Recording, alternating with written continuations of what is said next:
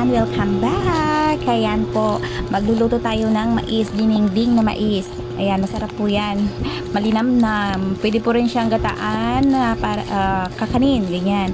Lagyan mo lang siya ng malagkit o kaya haluan mo rin siya ng mga ibang ingredients pa. Ayan, i-slice din lang natin yan. Ganyan lang po yung pang-slice ko kasi mas mabilis po siya kaysa kutsilyo po. Ayan, maganda yan. Maganda siya pang-slice. Talagang feel na feel ko siya. Feel na feel ko rin siya talaga siyang mag-slice. Ayan, ang dami-dami po niyan. Pagkatapos ko siyang in-slice, nilagay ko lang siya sa freezer kasi hindi ko siya naluto agad.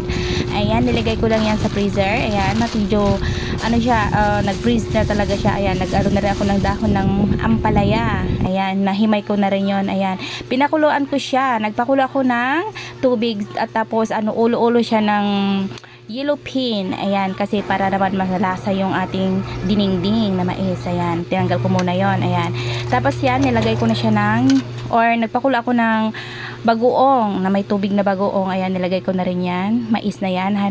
Medyo matagal din para lumapot siya. Ayan, nung lumapot na siya, ayan, nilagyan ko na rin siya ng dahon ng ampalaya. Ayan, ayan, pwede na siyang kainin. Malapot-lapot, palaputin mo lang talaga siya para makita mo yung consistent niya ng lapot. Ayan, thank you for watching. God bless. Bye.